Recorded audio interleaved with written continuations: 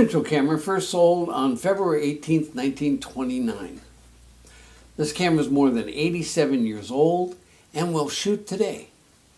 I'll cover this camera and the special things about it later on in this video. But first, I'll start with William Fox and his relationship with Mitchell camera. William Fox was born Wilhelm Fuchs in Hungary to German Jewish parents. The family immigrated to the U.S. when Fox was 9 months old. When William was 24, he purchased his first Nickelodeon parlor.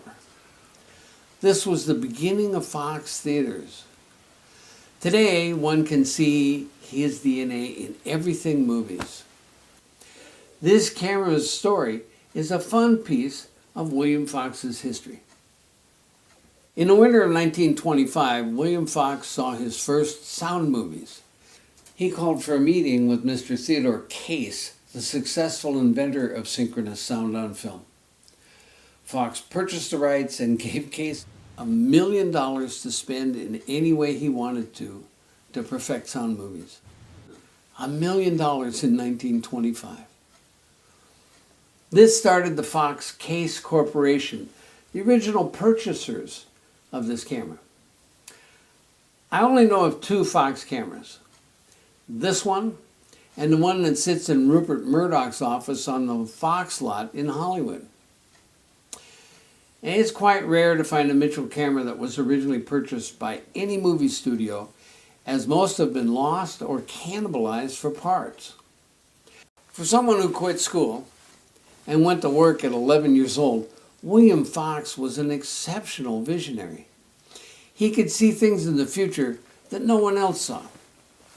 William Fox stood on the rolling hills of his new lot he named Movietone City and remarked to his assistant that someday there would be a whole city surrounding his movie lot, and he hoped he would still be around to see it. William Fox was a gambler, and in 1947 he won the Mitchell Camera Company in a crafts game. He hired George Mitchell to come back and run the company. George Mitchell and William Fox were partners at the forefront of a storytelling revolution, a revolution that was changing society across the world, a revolution in movie-making magic that leads directly back to this camera.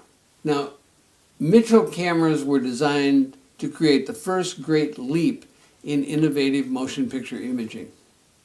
Internal mats like binoculars and keyhole, to a quick-change 4-lens turret, to quick-change film magazines and automatic fade-in and fade-out. All these in-camera abilities brought enhanced storytelling to a place where it had not been for 10,000 years. Now to the camera demo. I'll show you some of the things that make this camera so exceptional. One is that it cranks and runs like new.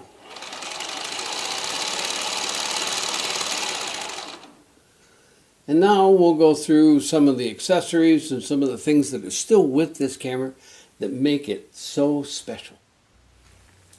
One of the things that makes it exceptionally rare is that most cameras had the mats removed, and this camera still has them. It's got binoculars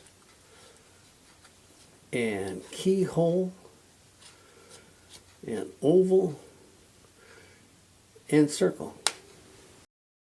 One of the other things that makes the camera so special is it still has the behind the lens iris. So you could iris down and then move the iris to where you wanted to center the attention. You could iris down on an actress and wherever she was in frame, and then open it up, do your shot, and then iris down to her. There are another couple of accessories that this camera has, and that's frame right and frame left blocks. So you can block out a part of your frame so you can do special effects. And those are right and left, and here's top and bottom. And this is what the camera looks like when it's running.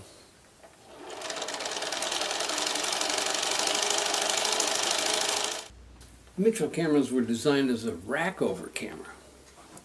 And that's because you couldn't look through the lens while you were shooting, because the film and the camera body were behind the lens.